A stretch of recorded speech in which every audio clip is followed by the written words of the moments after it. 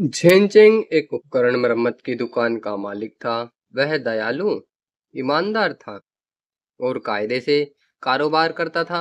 वह कभी किसी की आंखों में धूल झोंकने की कोशिश नहीं करता था, बल्कि वह अपने परिवार के भरण पोषण के लिए मुश्किल से ही पैसा पा रहा था। कुछ समय बाद उसके परिवार के एक सदस्य और एक साथी व्यापारी ने उसे कारोबार के हथकंडों को आजमाने के लिए उकसाया और जेनचेंग उस कहावत पर विश्वास करने लगा जो एक शैतानी सिद्धांत को दर्शाती है, बिना दूसरी आमदनी के आदमी कभी अमीर नहीं बन सकता। जैसे कि घोड़ा अगर रात में अपने तबेले में भूखा रहेगा तो कभी उसका वजन नहीं बढ़ेगा। मजबूत आदमी खा खा कर मरता है और कमजोर आदमी भूख से। पैसा सब कुछ नहीं है, लेकिन इसके बगैर तुम कुछ भी नहीं कर सकते, और पैसा सबसे पहले है। जेनचेंग ने अपने उस आदमी अपने उस अच्छे विवेक को खो दिया जिसने पहले उसका पथ प्रदर्शन किया था, और वह ज्यादा से ज्यादा पैसा कमाने के गलत तरीकों को इस्तेमाल करने लगा।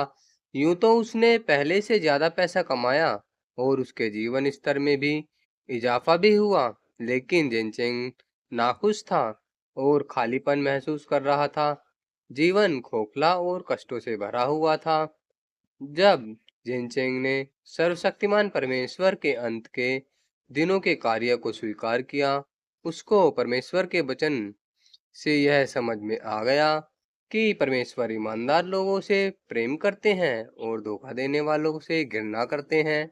जिनचेंग को यह भी समझ आ गया कि सिर्फ ईमानदार व्यक्ति होना ही एक सच्चे इंसान की तरह व्यवहार करने का और परमेश्वर की प्रशंसा पाने का एकमात्र रास्ता है।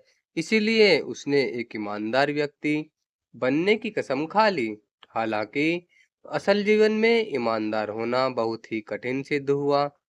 कलीसिया में भाइयों और बहनों के साथ वह साफ साफ कहने वाला व्यक्ति था, जैसा कि उसको होना भी चाहिए था। लेकिन अगर ऐसा ही व्यवहार वह अपने कारोबार में भी करता, तो क्या वह ज्यादा पूंजी बना पाएगा?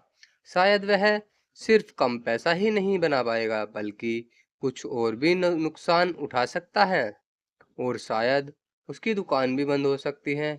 इन सब परेशानियों को झेलते हुए क्या जिनचेंग अपने कारोबार को ईमानदारी के साथ चला सकेगा? क्या कुछ अनचाहे मोड़ और परिवर्तन इस प्रक्रिया में आएंगे? उसका सबसे बड़ा इनाम क्या होगा?